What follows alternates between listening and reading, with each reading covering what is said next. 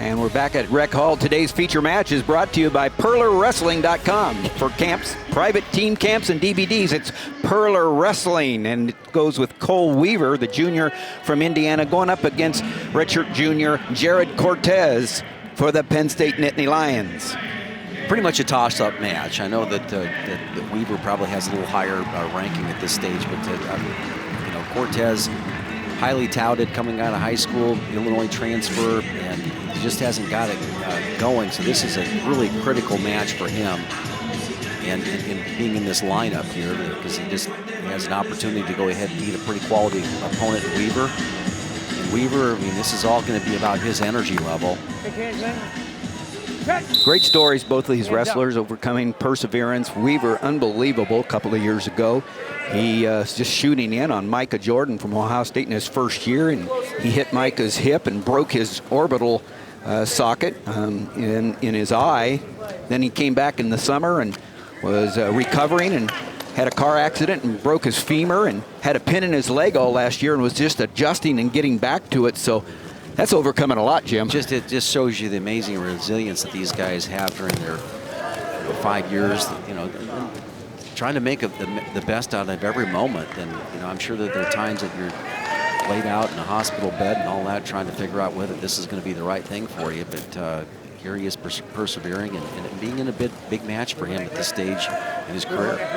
Well, he won the Angel Escobedo Most Courageous Wrestler Award for Indiana last year, and you remember Angel wrestled a lot with a very bad shoulder injury, won an NCAA title, and then came back. And there's 2 points for Cortez. Big takedown for the redshirt junior. As you mentioned, Jim, a transfer from Illinois. He was a 4-time state champion.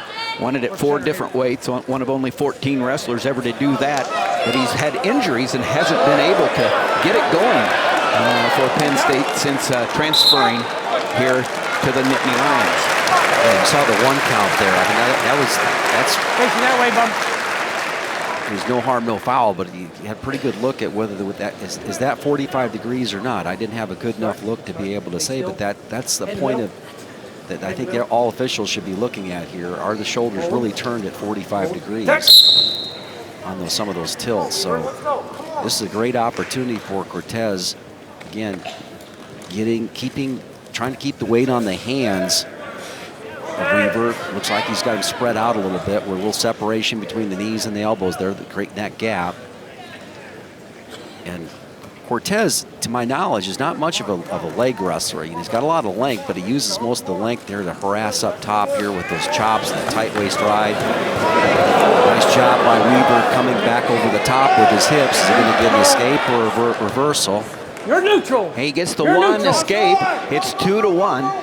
Early takedown by Cortez, an escape by Weaver, trying to turn it into 2. Well, if he scoops the leg and fishes that right arm out, now he's going to come back up and try to shelf that left leg of Cortez on his right thigh.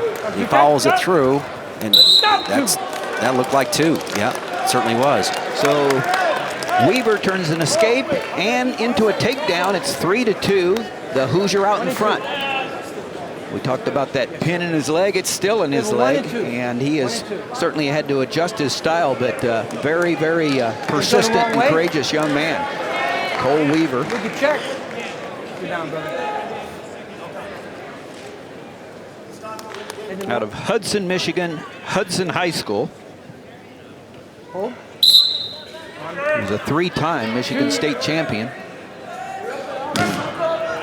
Here he is, after all that we've talked about, in the lineup, wrestling against Penn State, and out in front, 3-2. Quick escape here. He's able to go ahead and tie it up at 3-3. 25 seconds left, and Cortez did look like the better one on the feet there in that first exchange in the first period. So we'll see if that reversal and escape, it wasn't quite, or excuse me, escape and a takedown, gets him off his game. Hands up. The end of the first period, going to end 3-3. 2 takedowns, 2 escapes. Penn State out in front 4-3. Indiana won the 125-pound match. Red takes bottom. Elijah Oliver getting the decision, going out in front 3-0. Gotta move. And then Corey Keener coming back with a major decision for the Nittany Lions and putting 4 on the board for Penn State. Begin the second period. Cole Weaver will begin on the bottom. A good look at our riding time clock there, up to 40 seconds now already for Cortez. A little hand fighting going on. Nice job of trapping and loading up the hips, but he's only getting the 1 count. That was for sure a 1 count. Of course, the partisan Penn State crowd wanted the 2-point near full count, but doesn't get it. Well, here comes the green challenge break. Cale Sanderson's going to challenge the call to see if there was a 2 count there for the. So John Nath is going to take a little break here while our replay official, Bruce Hasselrig, takes a look at it. New rule this year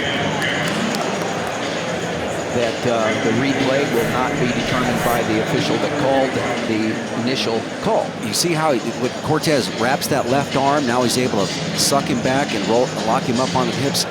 1 count, but I think the point of the right shoulder at least got 4 inches off the mat. There's at that point in time, the count stops. It's got to be indisputable evidence that in this case, the no call was wrong. Yeah, so I really think that there was a kind of emotion and the elevation that Weaver was able to get off the mat probably stopped the count. I think that was a good call on your part, Jim. We'll see what the good call on John Nath's part, because he waited for the right angle before he made the swipe. He got himself a good position and he stopped it when the shoulders got out. So good piece of officiating there, I believe. A look at Jered Cortez and his coach. Cortez from Carroll Stream, Illinois, Glenbard North. Now this is slow motion here, so the official's not in a position to be able to see how high he was able to get up off the mat right there, and at that point in time the count stops. That was the same technique he was able to employ to get the reversal. Actually, I keep on going back to reversal because it was really a 1 and a 2 that was accomplished there. So that's usually the same technique, and that's another reason why he went down. Weaver did.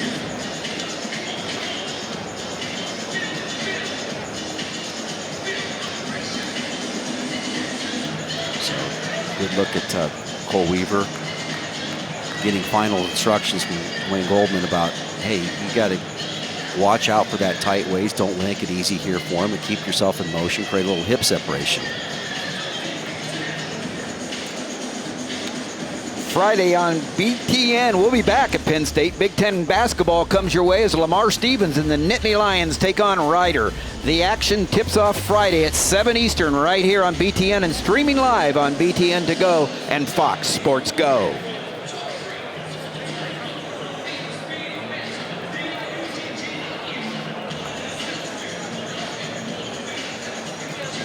Another look at, see the gentleman that they're talking to is Pat Dungai, who's the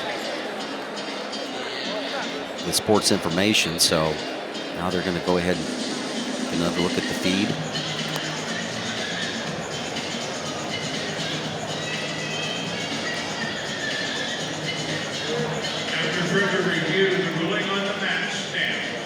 Yeah, no surprise there, the ruling on the mat stands. We're back to action. So wasn't indisputable evidence to overturn it. It's 3-3. And we'll get back to action in the second period with 1:37 left and Cortez on top. Well, I think, Coach Sanderson knows that this is a big match in this meet. The only really, I wouldn't say big match left, but the one where it's hotly contested. He's doing everything he can to give his guy a chance to succeed here, including using the challenge. Which he lost after failing to get that call overturned. And so Cortez now on top has increased his riding time to almost 1.5 minutes. Good effort there by Weaver, and he's out. It's 4-3 on the board. Weaver out in front with 1 minute left in the second period. The minute left in the second period, but with that 1:30 of riding time, this is really Weaver's opportunity. He needs to try to go ahead and beat Cortez to the punch on that offense. And you see that Cortez is keeping out there in space, again, that this is the match is in his favor. He's not going to probably take a too much risk at this point. You kind of sense that in his body language. I don't think Weaver's quite picked up that he's at least going to have to ride his opponent for a little slide by there. Weight is on the hands.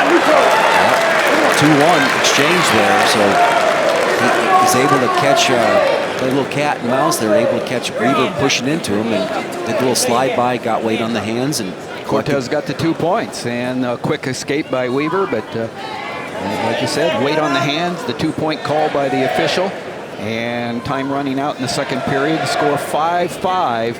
Cortez will have an opportunity to go on underneath. Well, that's savvy. At that stage, you know that your opponent in a tight match is going to, with a whole minute left, is going to come after you there, and just caught him gliding in one direction and just hit the slide by. And well, the advantage certainly has been Cortez from the feet, even though, like you said, it was a takedown there from Weaver early on. It came on from the mat position. Yeah, in the past, I think that Cortez has had a little bit of maybe a difficult time in physical matches. There's been enough breaks in this, with the brick challenge, and just the action hasn't been very physical, and so it really hasn't benefited Weaver there. Cortez is a pretty technical guy. And he is coming up from 133. He's not a big 141-pounder.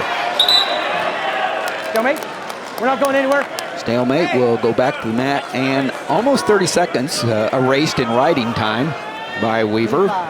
Now it's in shouting distance. Correct. And so if you go ahead and ride him here for the 6 to 10 seconds and let him up and take down a ride out, you can come out with a win here if you're Weaver. He cut it close there. He did cut it close. And but he knew exactly where he was. I like that. So a passing grade. Right, 6-5. Get to him. Go get to him. Lead from Cortez, but no riding time in his favor. So the takedown would put a Weaver out in front. Weaver pressing, and just coming at Cortez here late in the third period. Well, he's got to be aware of that slide by. That's one thing about that technique is that you get a guy that pushes into you like that and you get caught in that. It just slows him down a little bit where you can't really get the pressure in and getting pressure back. Get out of that grip. Get out. Get out of that grip. You can see that Weaver trying to get to that right leg. Improve on the line. Cortez. Improve on the line. In this situation, Work center. Weaver's not controlling his ties, and a lot of energy by Cortez. He is on the edge. He's playing the edge here, no question about it. No, we're off. I have action. We're going out. Let's go. And they bring him back to the center. It's 6-5. Cortez from Penn State holding on to a 1-point lead. Weaver's got one more shot to go. You got to call that. Yeah, you got to call that. Yeah, he calls it, but a little too late. Back it out. Stop. We have action. We're going out. So that's the you drift back like that in just a straight line vector. You've got to. And Cortez is going to hang on for a 6-5 victory. Nittany Lions get a win at 141 pounds. A close one. Jered Cortez gives the home crowd a little bit more to cheer about, and 3 more points on the board for the Nittany Lions. They go out in front 7-3.